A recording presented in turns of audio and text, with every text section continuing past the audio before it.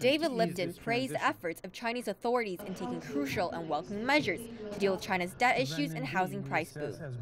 Lipton noted that progress can be seen through the market's response, as corporate debt is growing more slowly, reflecting restructuring initiatives and overcapacity reduction.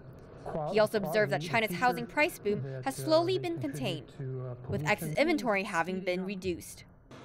China's reforms have advanced across a wide domain, and the economy continues to transition to a more sustainable growth path. Moody's downgrade of China's credit rating last month came amid concerns over a slowing economy and growing debt.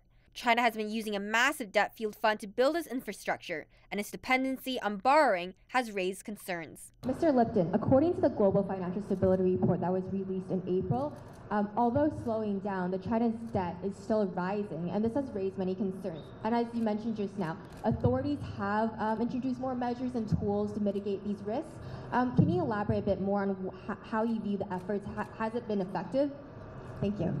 The effort that we've seen over the last 2 months has been a very special effort to take stock of this very rapid proliferation of institutions and new financial instruments and try to bring the financial sector under tighter financial supervision, trying to make sure that institutions have the capital that's required to be engaged in the activities that they're engaged in.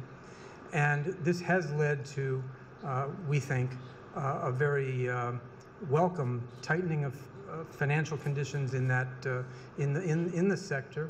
Lipton added that the Chinese economy needs to reinvent itself and move away from activities that once contributed to the economy but may no longer be profitable. As China continues to transition to a more sustainable growth path, the country still has several domestic issues to deal with.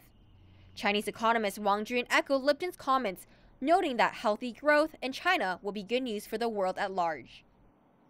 The Chinese government has made reducing financial risks a top priority. The central bank and the Securities, Banking and Insurance Regulatory Commissions have outlined strict guidelines to tighten supervision. China's transition into the new normal will help rebalance the global economy, because China's growth and stability will be beneficial to a healthy global economy. Mr. David Lipton said the IMF suggests China to switch to a more consumption-led economy, tighten regulations, increase the role of market forces, and finally, to implement a more sustainable mix of macroeconomic policies.